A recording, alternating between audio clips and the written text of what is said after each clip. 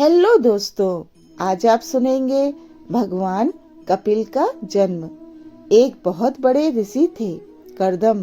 वह बड़े प्रतापी थे, बड़े जपी थे। श्री हरि के चरणों में उनका अनन्य अनुराग था।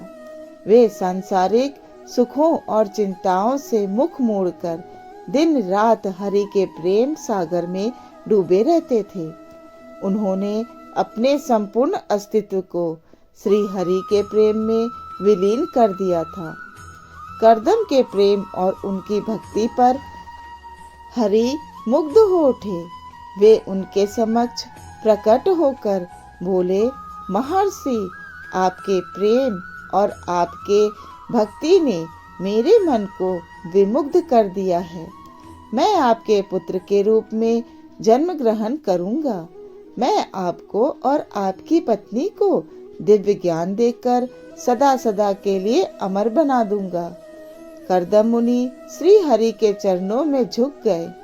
उन्होंने अपने दोनों नेत्रों से आनंद के आंसू गिराते हुए कहा, प्रभु, आपने मुझ पर जो महान कृपा की है वह आप ही के योग्य है। पर प्रभु, मेरी तो पत्नी है ही नहीं और मैंने विवाह न करने का निश्चय भी किया है। श्री हरि मुस्कुराते हुए बोले, मुनिवर, मैं जानता हूँ आपको विवाह करना पड़ेगा। जिसने आपको वरण किया है वह एक दिन अपने आप आपके पास आएगी और आप उसे पत्नी रूप में ग्रहण करेंगे। मैं पुत्र रूप में उसी की गोद में जन्म धारण करूंगा। भगवान श्री हरि कर्दम को वरदान देकर चले गए। कर्दम पुनः जप और तप में संलग्न हो गए। वे बड़ी उत्सुकता के साथ उस दिन की प्रतीक्षा करने लगे जब भगवान उनके आश्रम में पुत्र के रूप में जन्म धारण करेंगे। सनय सनय कई मास बीत गए। फागुन मास की पूर्णिमा का प्रातः काल था।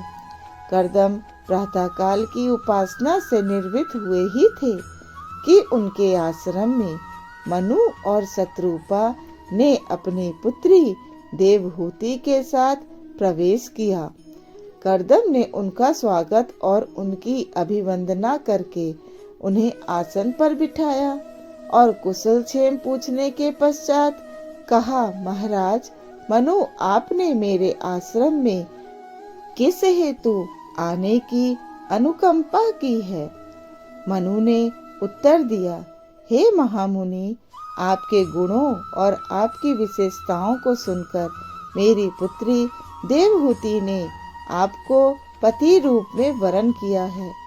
हम उसे आपके चरणों तक पहुंचाने के लिए ही आपके आश्रम में आज आए हैं। कर्दम मुनि को श्री हरि का कथन स्मरण हो आया। जिसने आपको पति के रूप में वरण करना है वह एक दिन अपने आप ही आपके पास आएगी और आप उसे पत्नी रूप में स्वीकार करेंगे। कर्दम मुनि ने एक बार देवहूति की ओर देखा। वह सिर झुकाए बैठी हुई थी। ऐसा लग रहा था मानो दूसरी पृथ्वी हो। कर्दम का मन मुग्ध हो उठा। उन्होंने मनु की ओर देखते हुए कहा, महाराज, मनु, मुझे आपकी पुत्री का समर्पण स्वीकार है। मनु अपनी पुत्री देवहूति को कर्दम के आश्रम में छोड़कर अपनी पत्नी शत्रुपा के साथ चले गए। कर्दम देवहूति के साथ विवाह करके जीवन व्यतीत करने लगे। एक एक करके देवहूति के गर्भ से 9 कन्याओं ने जन्म लिया।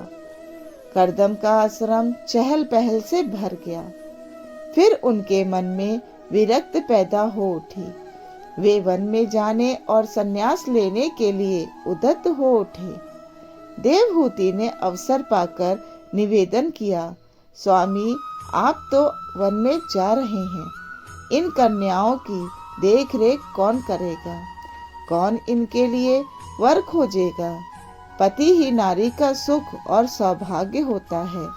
आपके चले जाने पर मैं अकेले अपने जीवन की नाव कैसे चला सकूंगी?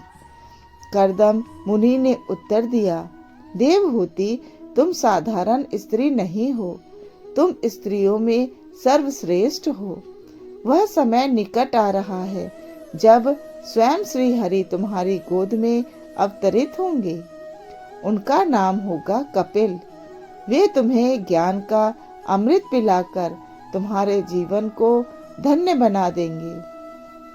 मैं तब तक संन्यास नहीं लूंगा जब तक श्री हरि तुम्हारी गोद में नहीं आ जाते।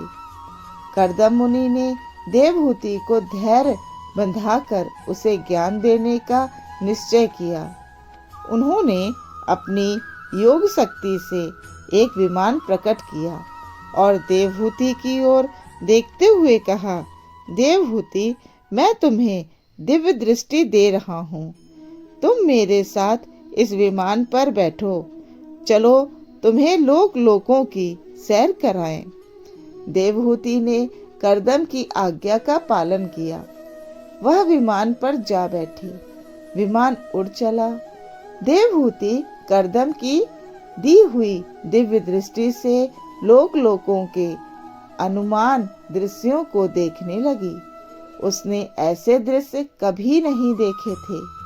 देवहूति जब लोक लोकों की सैर करने के पश्चात लौटी तो कर्दम ने मृदुवाणी में उससे कहा, देवहूति, तुमने जो कुछ देखा है वह स्वप्न के दृश्य हैं।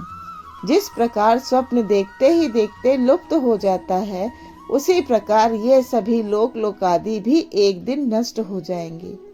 यदि कुछ नष्ट नहीं होगा तो वह श्री हरि का प्रेम और उनका भजन।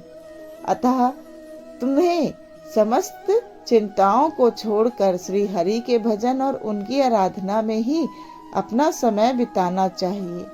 देवहूति का मन बदल गया। वह श्री हरि के अनुराग में डूबकर जीवन बिताने लगी। आखिर वह दिन आया जब भगवान श्री हरि ने कपिल के रूप में देवहूति की गोद में जन्म धारण किया। श्री हरि के जन्म धारण के पश्चात कर्दम संन्यास लेकर वन में चले गए और श्री हरि के तप और जप में जीवन व्यतीत करने लगे। श्री हरि ने कपिल के रूप में जन्म लेकर छोटी आयु में ही वन में जाने का निश्चय किया। वन में जाने के पूर्व उन्होंने अपनी माँ को उपदेशित किया। उन्होंने कहा, आसक्ति नाम दुख है। मन में जितनी ही अधिक आसक्ति और जितना ही अधिक मोह होता है, उतना ही अधिक दुख प्राप्त होता है। अतः आसक्ति और मोह को मन से निकालने का प्रयत्न करना चाहिए। संसार में सुख और शांति का एक ही मार्ग है, श्री हरि के चरणों का अनुराग। श्री हरि के चरणों में जितना ही अधिक अनुराग होता है, उतना ही अधिक शांति प्राप्ति होती है।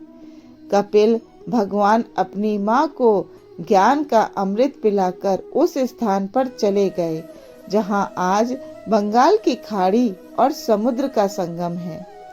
भगवान कपिल वहीं समाधिस्थ हो गए। जिस प्रकार सूर्य की किरणें चारों ओर फैलती हैं, उसी प्रकार भगवान कपिल के ज्ञान की किरणें आज भी जन जन के हृदय में प्रकाश पैदा कर रही है और भविष्य में भी इसी प्रकार युगों तक प्रकाश पैदा करती रहेगी।